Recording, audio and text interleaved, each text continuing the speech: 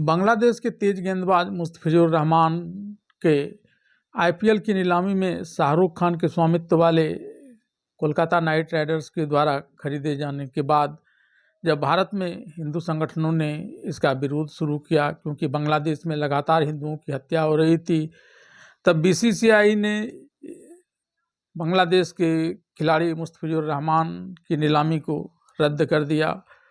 और इसके बाद बांग्लादेश सरकार के कहने पर बांग्लादेश क्रिकेट बोर्ड ने भारत को बदनाम करने के लिए एक चाल चली और उसने T20 2026 के मैच में भारत में आकर खेलने से इनकार कर दिया और आईसीसी को एक पत्र लिख दिया जिसमें वह सुरक्षा कारणों से भारत में नहीं खेलने और अपने खेल के स्थल को बदलकर श्रीलंका करने की बात कही थी, और ऐसा नहीं करने पर वह भारत में नहीं खेलने की बात कर रहा था।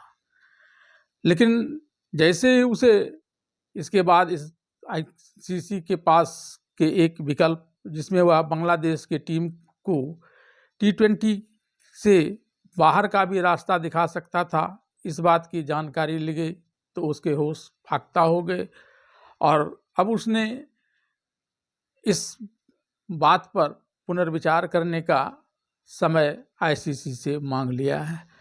गौरतलब है कि जिस आधार पर उसने भारत में उसके खिलाड़ियों के सुरक्षा की बात उठाई थी, वह आधार कहीं से भी जायज़ नहीं लग रहा था, क्योंकि अभी भी बांग्लादेश में हिंदुओं की वैसे ही नृशंस हत्या का दौर जारी है। लेकिन इसके बावजूद भारत में बांग्लादेशियों के साथ उस तरह का कोई बर्ताव नहीं किया जा रहा है। यहाँ तक कि एम्बेसी पर भी जो प्रदर्शन हुए वे भी शांतिपूर्ण प्रदर्शन रहे और कोई तोड़फोड़ नहीं की गई। ऐसे में आईसीसी के पास यह एक बड़ा विकल्प था कि वह भारत की बदनामी के साथ अपनी बदनामी से भी किनारा करे, और इसके लिए उसके पास जो विकल्प हैं वह उसमें से किसी एक विकल्प को अपना सकता था। और उसमें एक बड़ा विकल्प यह भी था कि वह गलत रूप से भारत को बदनाम करने और आईसीसी को बदनाम करने के उद्देश्य से वह इस प्रकार का निर्णय ले रहा है। तब उसने भी अपने विकल्पों पर विचार करने की बात कही, जिसके बाद बांग्लादेश का सारा गुस्सा शांत हो गया है और उसने अपने इस निर्णय पर पुनर्विचार के लिए समय मांग लिया है।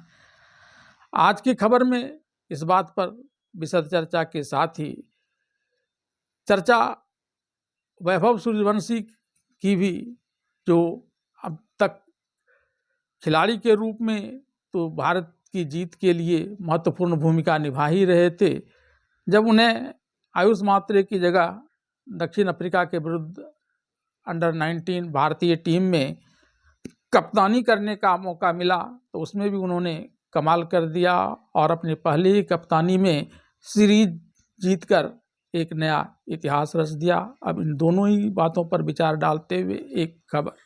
मुस्तफिजुर रहमान के आईपीएल से निकाले जाने के बाद भारत और बांग्लादेश आमने सामने है।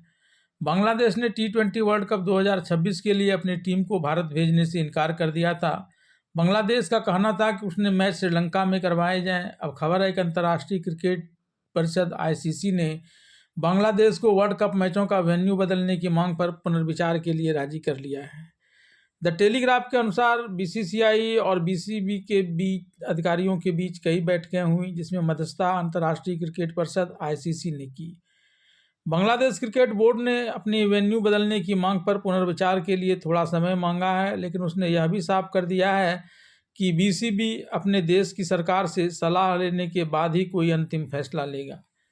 आईसीसी T20 वर्ल्ड कप 2026 में बांग्लादेश के शेड्यूल में कुछ बदलाव करने के लिए तैयार है। साथ ही आईसीसी ने बांग्लादेशी खिलाड़ियों को भारत में पूर्ण सुरक्षा का भी आश्वासन दिया है। रिपोर्ट के अनुसार आईसीसी से जुड़े एक अधिकारी ने बताया कि अंतर्राष्ट्रीय क्रिकेट परिषद बांग्लादेश टीम को भारत में खेलने के लिए मनाने की कोशिश करेगा।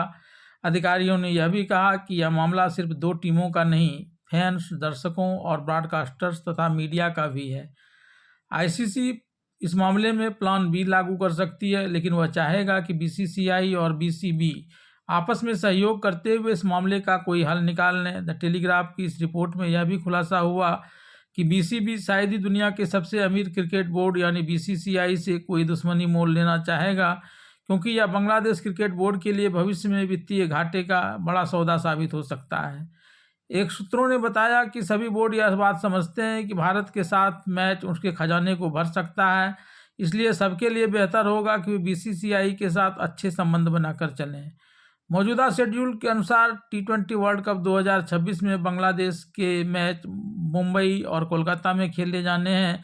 अगर शेड्यूल में बदलाव कर बांग्लादेश के मैच श्रीलंका शिफ्ट कर दिए गए तो यह लॉजिस्टिक के नज़रिए से टूर्नामेंट के आयोजकों और ब्रॉडकास्टर्स के लिए एक बुरे सपने की तरह हो सकता है। अब बात वैभव सूर्यवंशी की अपनी कप्तानी में पहली ही कप्तानी में सीरीज पर कब्जा जमाकर कमाल करने का।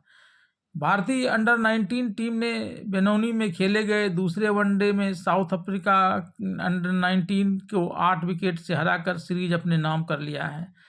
कप्तान वैभव सूर्यवंशी ने 24 गेंद में 68 रन की धमाकेदार पारी खेली। गेंदबाजी में किशन कुमार सिंह ने 4 विकेट लेकर भारत की जीत की मजबूत नींव रखी। भारतीय अंडर 19 टीम के साथ साउथ अफ्रीका के खिलाफ बेनौनी में खेले गए दूसरे वनडे में दमदार प्रदर्शन करते हुए 8 विकेट से दर्ज की 3 मैचों की सीरीज पर 2-0 की अजीत बढ़त भी बना ली।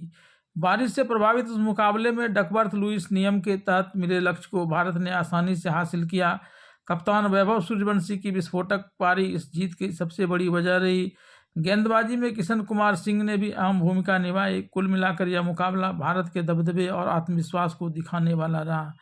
गौरतलब है कि नियमित कप्तान महात्रे के चोट लगने की वजह से नहीं खेलने के कारण इस समय वैभव सूर्यवंशी भारतीय टीम की कप्तानी कर रहे हैं। टॉस जीतकर पहले बल्लेबाजी करने उतरी साउथ अफ्रीकी अंडर 19 की टीम 49.3 ओवर में 245 रन पर सिमट गई। टीम की ओर से जेसन राउल्स ने शानदार शतकीय पारी खेली। उन्होंने 113 गेंद में 114 रन बनाए और पारी को संभाले रखा। डेनियल बॉसमॉल ने 31 रन का योगदान दिया और दोनों के बीच 97 रन की साझेदारी हुई। हालांकि इसके अलावा बाकी बल्लेबाज भारतीय गेंदबाजों के सामने टिक नहीं सके। लगातार अंतराल पर विकेट गिरते रहे और टीम बड़ा स्कोर करने से चूक गई। भारतीय गेंदबाजों ने साउथ अफ्रीकी बल्लेबाजी पर लगातार दबाव बनाए रखा। किशन कुमार सिंह सबसे सफल गेंदबाज रहे। उन्होंने 8.3 ओवर में 46 रन देकर 4 विकेट झटके। उनकी सटीक लाइन लेंथ के सामने मेजबान बल्लेबाज खुलकर नहीं खेल पाए। आर.एस. अम्बरीश ने 8 ओवर में 2 विकेट लिए। कनिष्क चौहान और खिलान पटेल को भी एक सफलता मिली। इस सामूहिक प्रयास ने साउथ अफ्रीका को 250 के भीतर ही रोक दिया। भारतीय पारी के दौरान बारिश ने खेल में बाधा डाली। भारत ने जब 2 विकेट पर 103 रन बना लिए थे तब मैच रोकना पड़ा। इसके बाद डकवर्थ लुईस नियम लागू हुआ और भारत को 27 ओवर में 174 रन का संशोधित लक्ष्य मिला। लक्ष्य स्पष्ट था और रन रेट भारत के पक्ष में था। टीम के पास विकेट भी पर्याप्त थे, जिससे दबाव पूरी तरह साउथ अफ्रीका पर आ गया। लक्ष्य का पीछा करने उतरे भारत के लिए अरुण जॉर्ज और कप्तान वैभव सूर्यवंशी ने तेज शुरुआत दी। दोनों ने पहले विकेट के लिए 67 रन जोड़े। वैभव सूर्यवंशी ने सिर्फ 24 गेंद में 68 रन ठोक दिए। उनकी पारी में 1 चौका और 10 छक्के शामिल रहे। उन्होंने महज 19 गेंद में अर्धशतक पूरा किया। इस तूफानी पारी में मैच का रुख पूरी तरह से बदल कर रख दिया। अरुण जॉर्ज 20 रन बनाकर आउट हुए, लेकिन तब तक भारत मजबूत स्थिति में पहुंच चुका था। वैभव सूर्यवंशी के आउट होने के बाद भी भारत की रफ्तार थमी नहीं। अभिज्ञान कुंडू और वेदांत त्रिवेदी ने जिम्मेदारी से खेलते हुए लक्ष्य तक टीम को पहुंचाया। कुंडू ने 42 गेंद में नाबाद 48 रन बनाए, जिसमें 3 चौके और 2 छक्के शामिल थे।